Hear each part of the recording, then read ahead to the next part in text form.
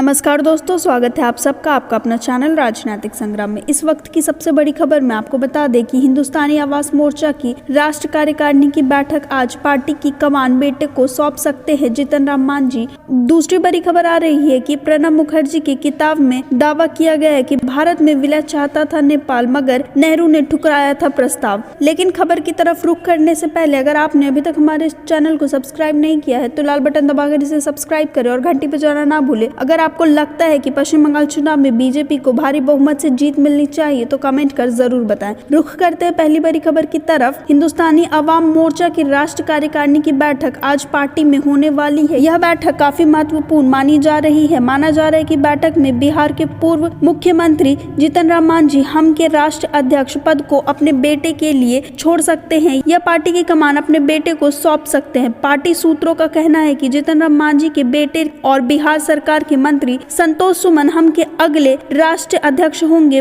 बुधवार को पूर्व मुख्यमंत्री जीतन राम मांझी के पटना स्थित सरकारी आवास पर पार्टी के राष्ट्रीय कार्यकारिणी की बैठक बुलाई गई है। संतोष सुमन हम की ओर से नीतीश मंत्रिमंडल में शामिल अकेले मंत्री है और साथ ही साथ वह बिहार विधान परिषद के सदस्य भी हैं। पार्टी के सूत्रों के मुताबिक जीतन राम मांझी अपनी स्वास्थ्य की स्थिति और पार्टी के विस्तार देने की योजना के तहत यह कदम उठा रहे हैं। गौरतलब है कि मांझी हाल ही में कोरोना को मात देकर लौटे हैं। बेटे को पार्टी की कमान सौंपने के बाद जीतन राम मांझी पार्टी के संरक्षण की भूमिका में रहेंगे। रुख करते अगली बड़ी खबर की तरफ। पूर्व राष्ट्रपति प्रणब मुखर्जी ने पूर्व प्रधानमंत्री पंडित जवाहरलाल नेहरू को लेकर चौंकाने वाला दावा किया है। प्रणब मुखर्जी ने दावा किया है कि नेहरू ने नेपाल को भारत में विलय करने के प्रस्ताव को खारिज कर दिया था। पूर्व राष्ट्रपति प्रणब मुखर्जी ने अपने बहुचर्चित ऑटोबायोग्राफी द प्रेसिडेंशियल ईयर में दावा किया है कि पूर्व प्रधानमंत्री जवाहरलाल नेहरू ने नेपाल के भारत में विलय करने के राजा त्रिभुवनवीर विक्रम शाह के प्रस्ताव को ठुकरा दिया था। उन्होंने यह भी कहा कि अगर उनकी जगह इंदिरा गांधी होती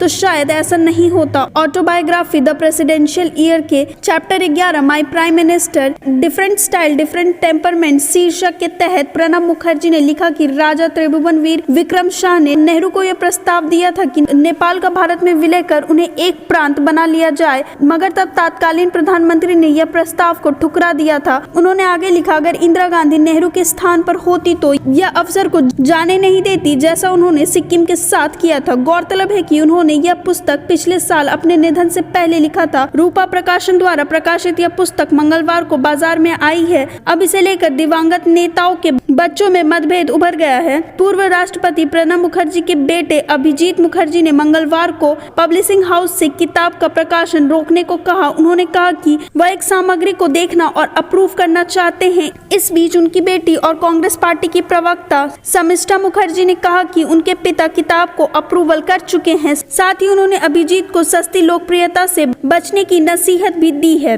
धन्यवाद। आप देख रहे थे आपका अपना चैनल राजनीतिक संग्राम।